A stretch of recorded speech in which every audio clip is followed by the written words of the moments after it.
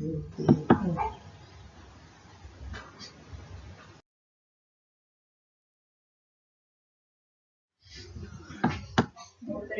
लगाया होगा तो निकाल लेंगे। पजामा भी उतार दिया उसका।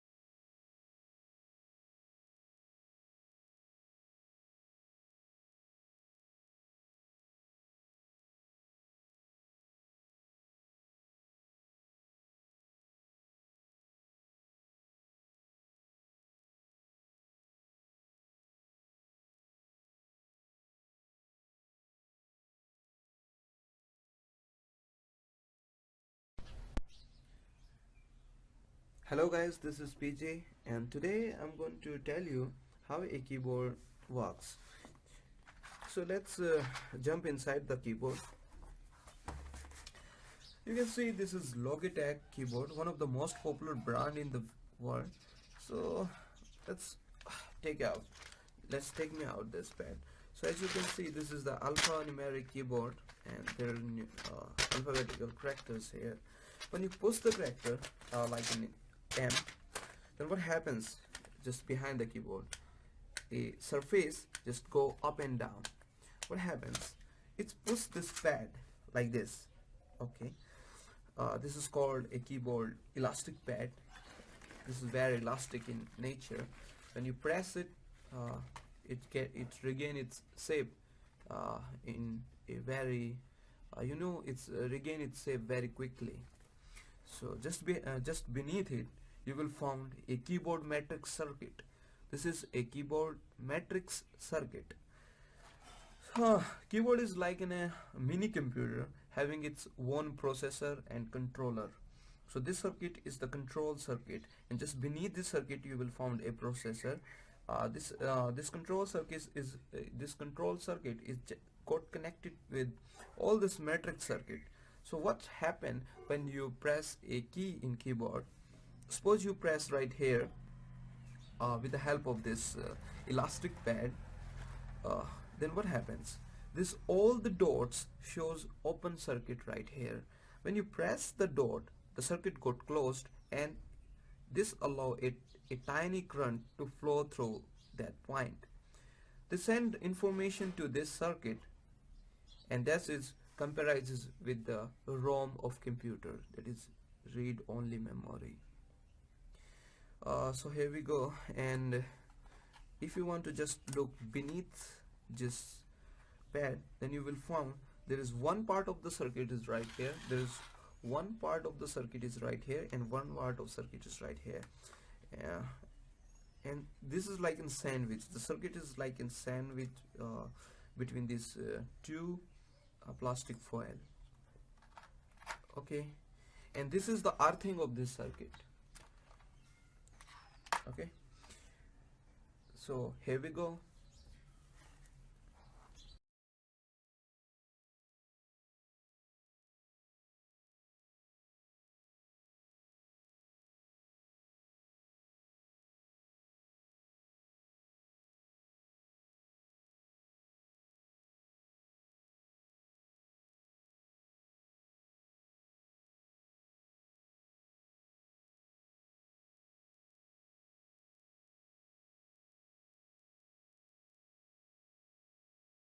If you're watching this video on a computer, then I would assume that you used your mouse to do so, by moving your cursor and clicking on the thumbnail.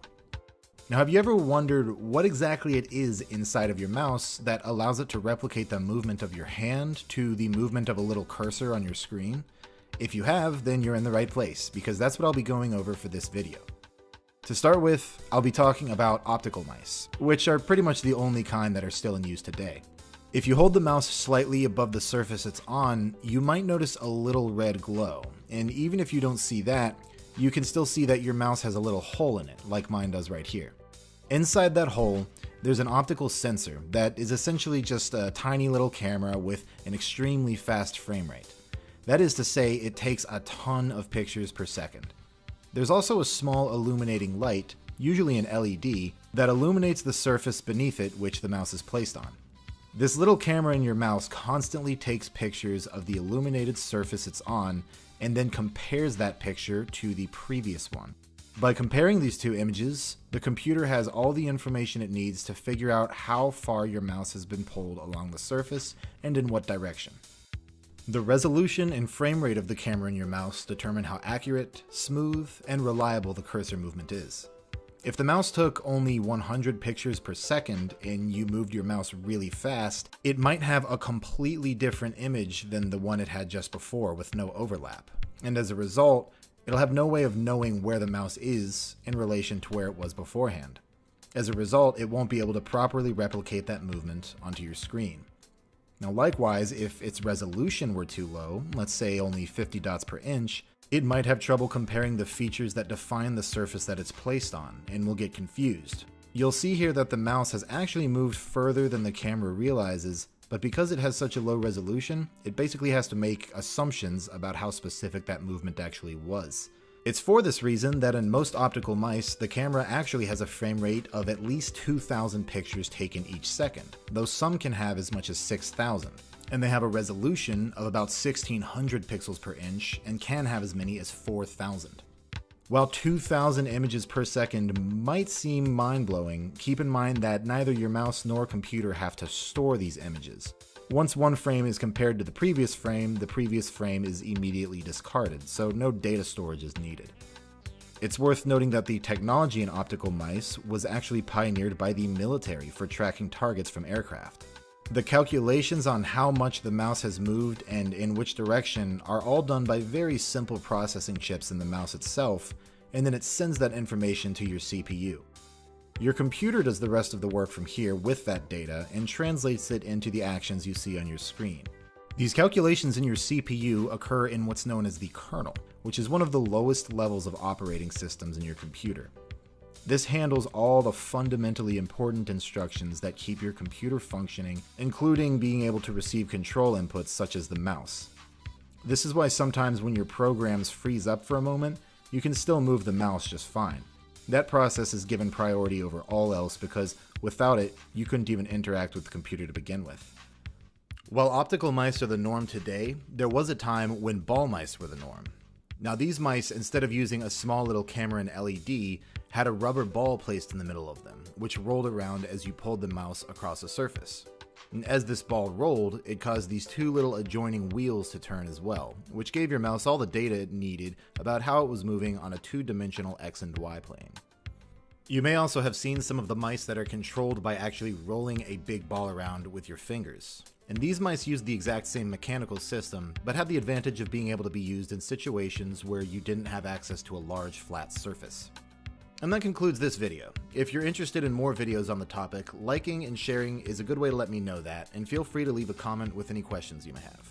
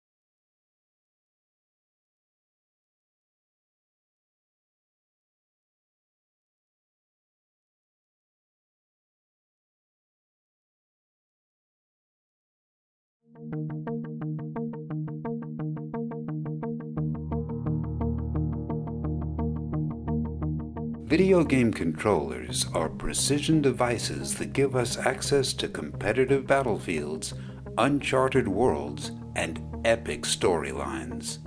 And this here is one of their most critical components. But where is this circular metal object located, and what does it do? In this episode, we're going to open a PlayStation 4 DualShock video game controller to see how it works. First, we'll go through the components, and then we'll see how the buttons and analog sticks work. And in the process, we'll learn where this delicate metal disc is located, and why it's critical in almost all of the console video games you play. This episode is kind of a mystery game. So if you figure out where it's located and what it does before I reveal the answer, congratulations. And comment below with the timestamp of when you figured it out. So let's get started. After removing a few screws, we can take off the plastic outer housing and see all the components inside. On top is the D-pad, the triggers, and several other buttons. Below each button are conductive rubber button gaskets, and below that is the flexible plastic contact board that the conductive rubber presses against. At the center of the controller is a touchpad, along with a small speaker. Next is the midframe, and below that the primary printed circuit board, or PCB. On the top side of the circuit board are a number of components, such as the microcontroller unit, which are the brains of the controller, a pair of analog joysticks, the wireless communication microchip, an antenna, a headphone jack, an additional EXT port for seldom used applications, and a set of push buttons.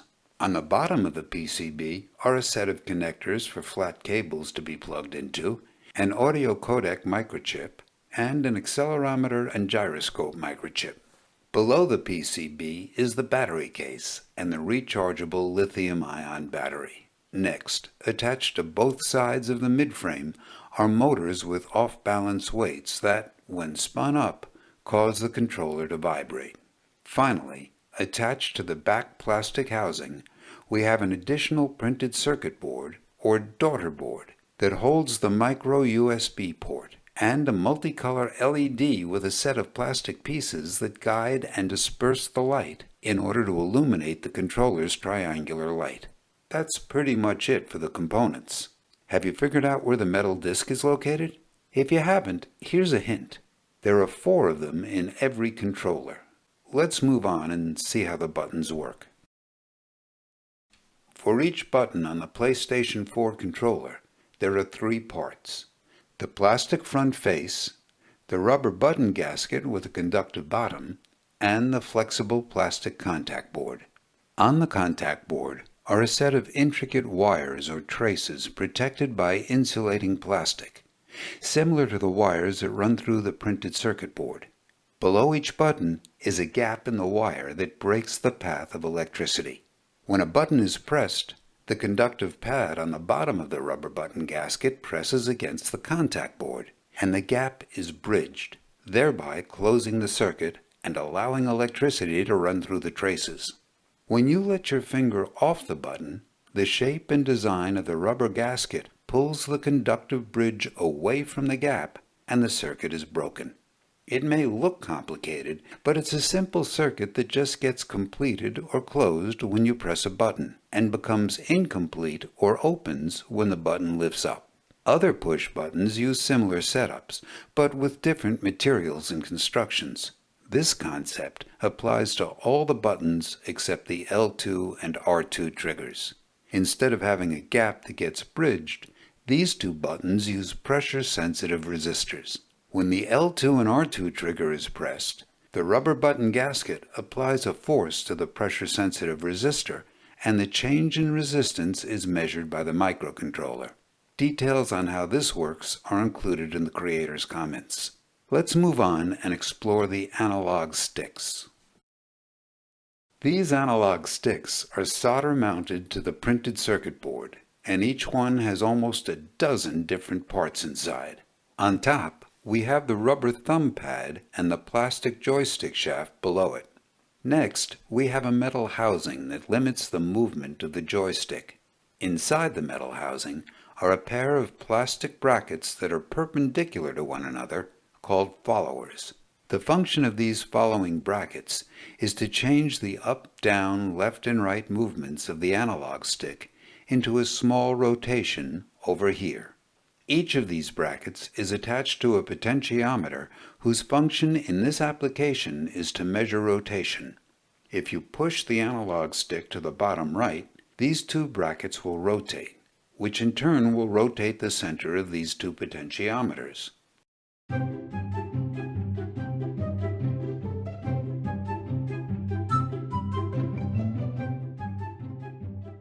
Let's open one of the potentiometers to see how it works. Voila! Inside, we find the small metal piece we've been talking about, and it's called a wiper. On this side, we have a plastic housing, which contains electrically resistive material printed in a set of 2 circles on the inside called a track. The key concept is that electrical resistance is proportional to the length of the resistive material. So if we're able to vary the length of the electrically resistive material, we can vary the overall resistance, which the microcontroller can easily measure.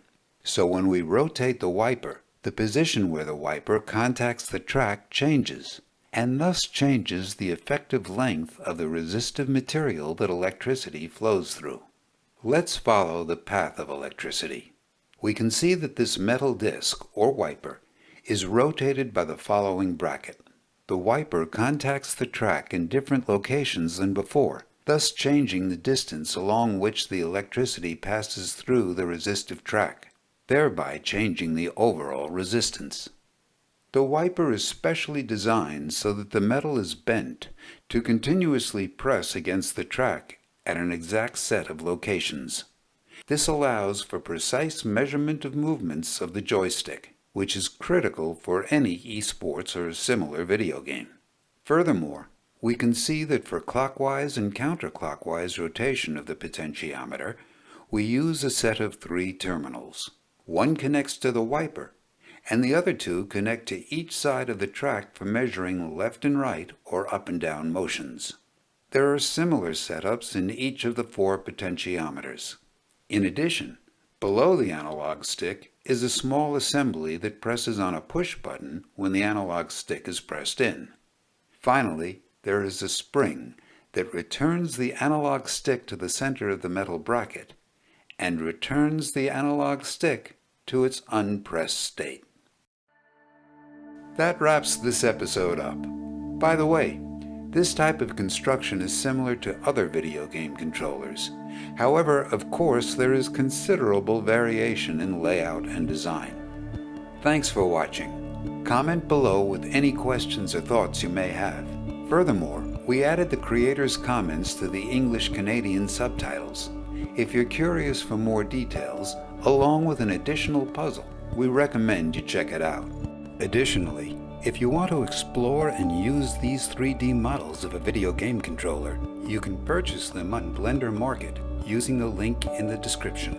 We'd like to thank our Patreon supporters and YouTube membership supporters for helping in our goal of exploring complex engineering concepts. If you want to help this channel, subscribe, like this video, and share it with others. Thanks for watching, and remember to consider the conceptual simplicity yet structural complexity in the world around you.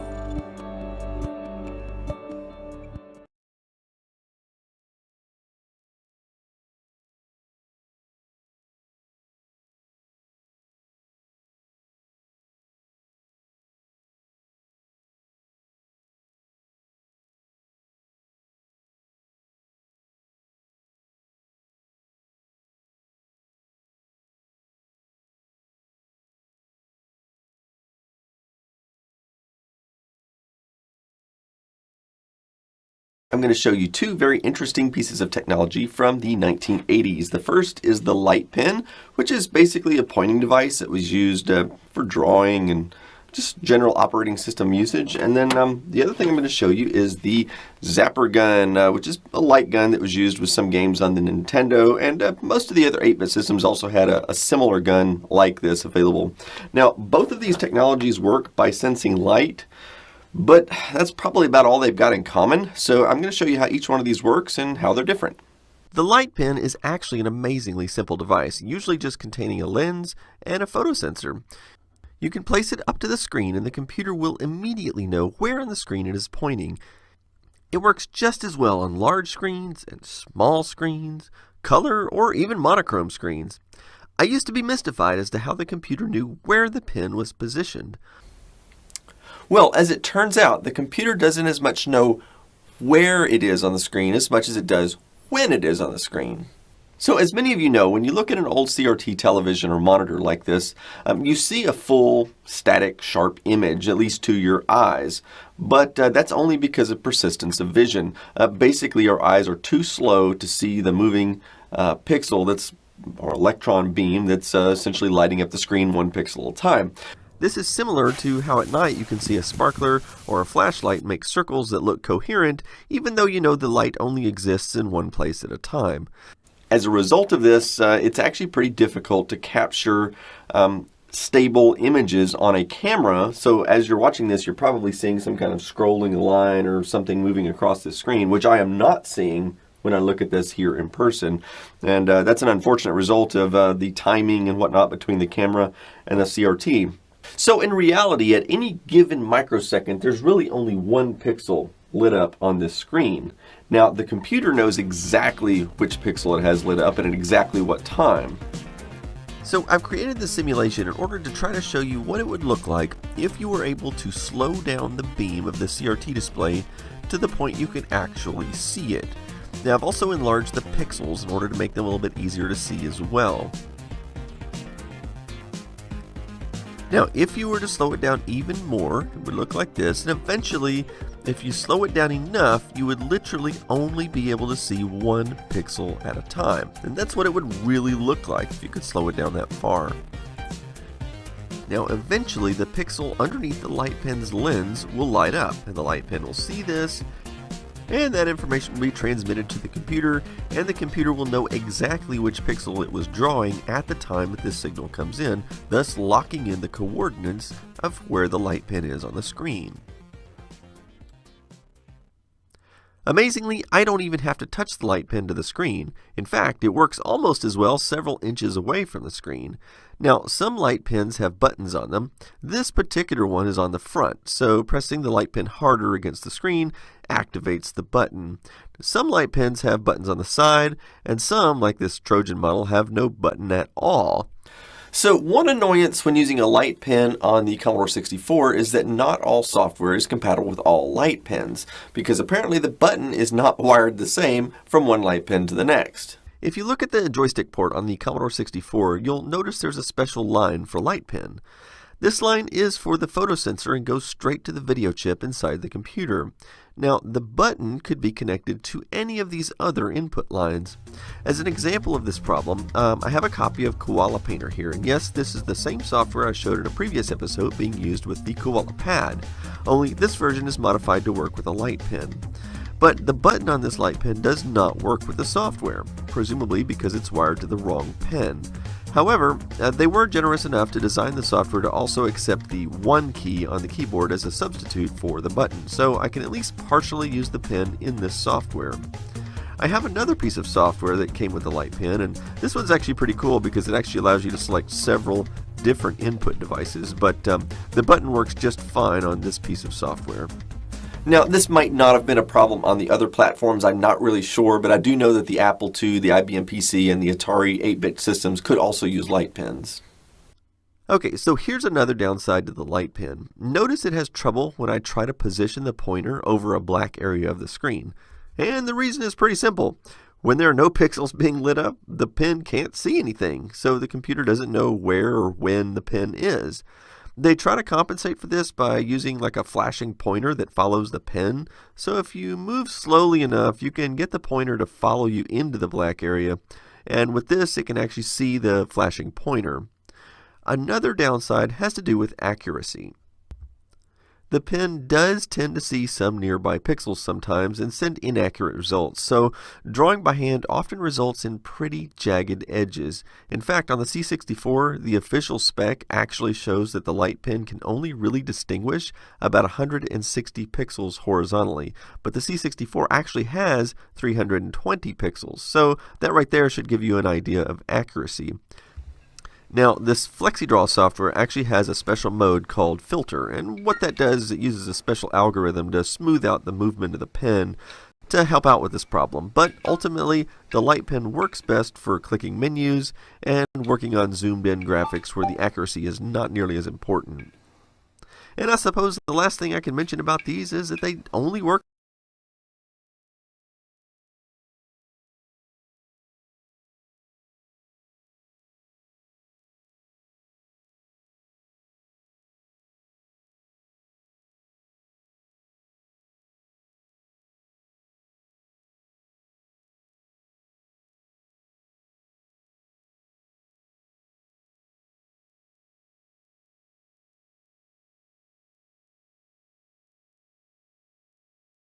How do microphones work?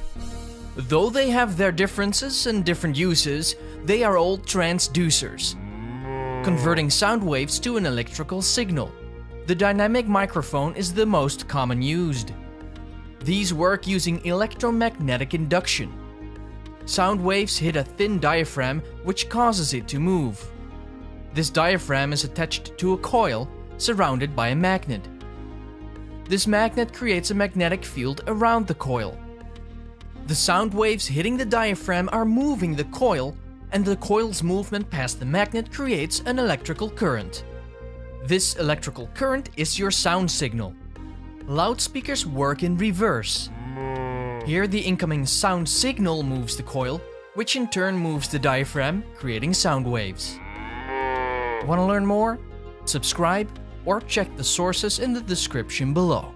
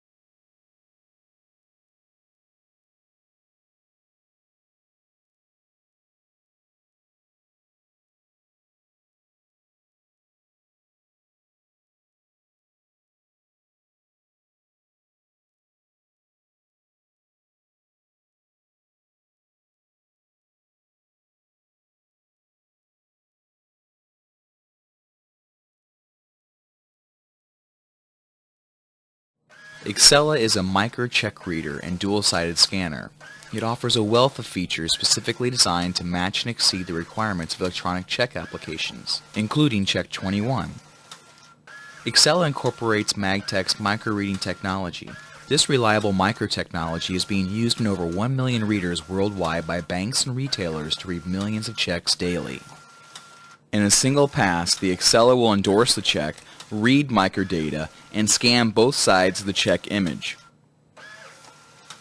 Operators have the flexibility to feed single checks manually or perform batch processing for up to 70 checks. Excella's endorsement printer is capable of printing a programmable line of text. The printer operates with a standard ink cartridge that can easily be replaced in the field.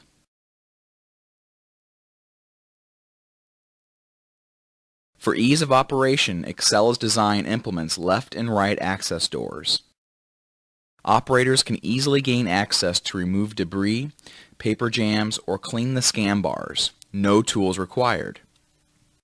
When it comes to connectivity, Excella offers the most flexibility with USB 2.0 and an Ethernet 100 base T ports. These are fast interfaces that can accommodate speedy transmissions of microdata and image files. With a small footprint and a striking modern design, Excella is an ideal desktop device. It can be used reliably and confidently to execute early image capture and achieve the most savings in check processing costs. Excella represents Magtech's commitment to facilitating technology, not only for Check 21, but for the future of electronic check processing.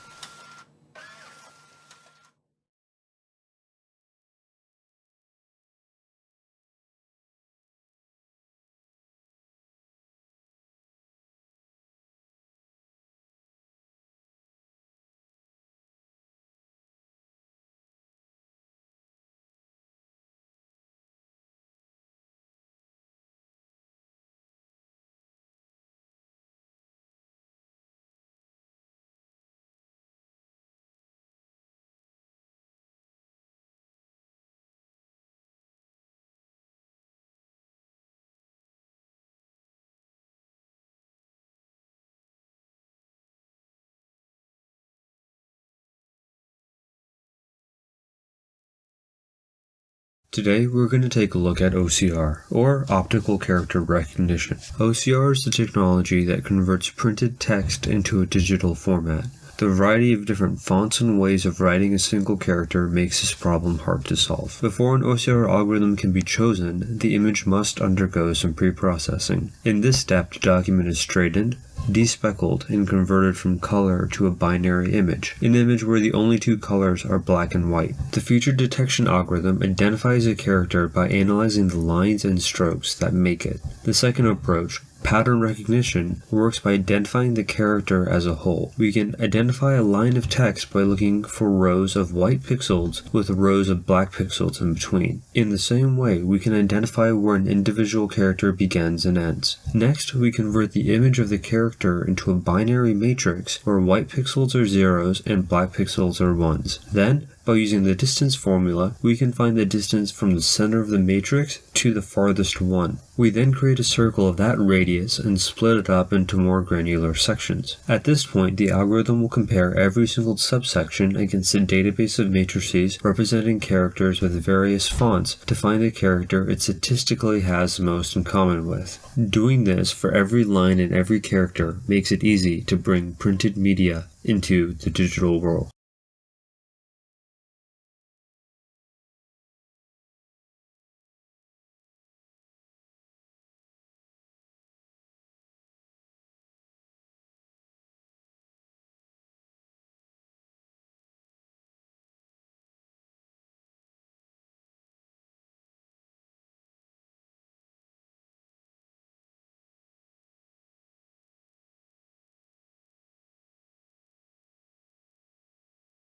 Today, I'm going to show you how a barcode scanner works.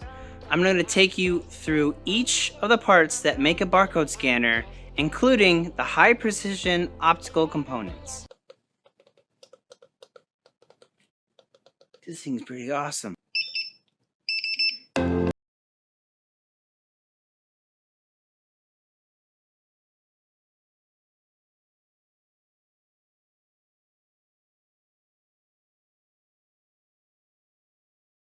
Thomas, mirror expert with two-way mirrors.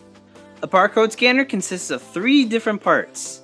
These include the illumination system, the sensor, and the decoder. The barcode scanner scans the black and white elements of the barcode for illuminating the code with a red light, which is then converted into matching text. This makes it so the scanner detects the reflected light from the illumination system, aka the red light, and generates an analog signal that is sent to the decoder. The decoder then interprets that signal, validates the barcode using check digit, and converts it into text. Because barcode scanners are variable and include diverse capabilities, some are better suited for certain industries due to reading distance and to work volume capacity. If you go to a grocery store, you see these in action every day. If you look closely behind the protective window, you'll see the optics inside the barcode scanner. The mirror that you see behind the glass is a first surface mirror, also known as a front surface mirror. It's a high-precision, ultra-flat mirror with a coating on the face of the glass to ensure accuracy. A standard mirror wouldn't work as well because it has double reflection, also known as ghosting. For more information on first surface mirrors and barcode scanners, check out our website at twowaymirrors.com. I left you the link and information down below. With the high precision provided by the optical mirror, the scanner is able to read the barcode quickly and accurately from all angles. That's a huge benefit for customer satisfaction, preventing frustration from items that won't scan or gives off a double scan. Additionally, a time delay program into the software helps prevent the double scan after the first scan. The imager takes a picture of the barcode, decodes it, and then outputs the data as a string to a host system for storage for further processing. Though in order to read the barcode, the imager needs to see the entire code. However, the imager can't always be properly positioned directly in front of the barcode due to limited space in the interaction environment. The best way to combat this? Use a single or multiple bounce mirror that can be implemented to shape the imager's line of sight to the barcode. Are you working on a barcode scanner project? Leave me a comment below or send me an email with your questions. If you're interested in learning more about barcode scanners and optical mirrors, hit that subscribe button right now. And don't forget to ring the notification bell. Until next time, I'm going to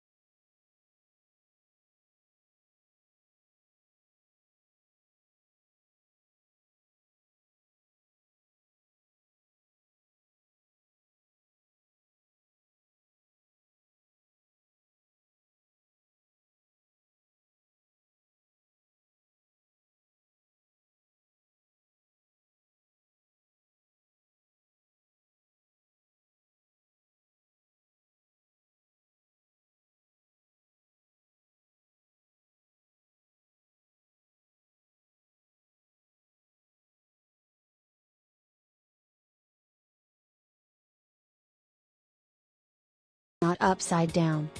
Some cameras have a semi-transparent mirror with a secondary mirror behind that is perpendicular to it. This secondary mirror directs part of the light towards the focusing screen and then a sensor array to operate the autofocus system. When we take photos, the mirror flips up, and the light travels straight through the shutter, which opens at the same time, allowing it to reach the light-sensitive surface, that is, the image sensor. The shutter stays open for a short time if there is strong light and stays open longer in light conditions. A short exposure time and large aperture are ideal when shooting moving objects so that the image will not be blurry. A long exposure time is needed for taking pictures of the stars at night, and the camera has to be placed on a tripod. Passing through the shutter, the light reaches the light-sensitive surface, or image sensor, which comprises millions of photosites, or pixels, and is converted into electrical signals which are processed by the camera's processor. These are then stored on the memory card in the same form for each pixel. The ISO sensitivity, the image sensor's sensitivity to light, has a very wide range. However, if we raise the ISO number, the amount of noise in the image also increases. Modern cameras adjust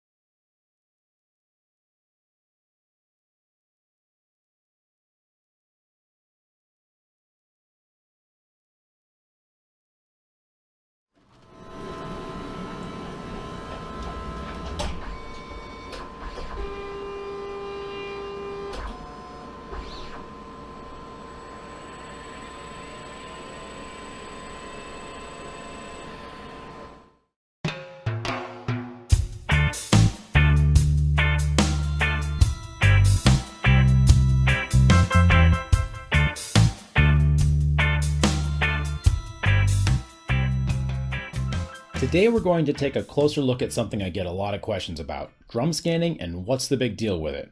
What you see here is a time lapse of me loading a drum for the scanner. This is nothing like an Epson flatbed. The film is fluid mounted between an acrylic drum and a sheet of optical mylar using this fancy mounting station, a healthy dose of patience, and a ton of special tape. Instead of just slapping a couple of sheets into a film holder and pushing a button, I have to carefully load up this drum, clean off any dust, and delicately push out fluid bubbles to make the perfect scan. So why go through all this trouble? Simply put, there is no better way to scan film. So let's take a closer look at some files to see what the big deal is. I wanted to start out with a close-up here so you can see the actual grain detail, especially here in the shadows, and get an idea of what the film looks like up close and personal. This may not look like a whole lot, but it becomes a lot more impressive once you realize just how small a part of the frame that house was as the rest of the landscape fills in as I zoom out. Now you can see the full amount of detail captured on a sheet of 4x5 Velvia, this image taken last fall. Let's take a look at some shadows here. It's always a part of the drum scanner people talk about is how great the shadow detail is, and it really is. You can pull so much. Dark pine trees are always a trouble, and you can really get so much out of them. And then just look at the detail from little cars to distant hay bales. You can almost make out the stars and stripes on this flag here. There's a little bit of wind motion blurring it because the exposure was a few seconds long. There's really just so much going on in a frame like this, and a drum scan really captures it all. Even when we get up close, I used a bit of lens tilt, so focus was great from near to far.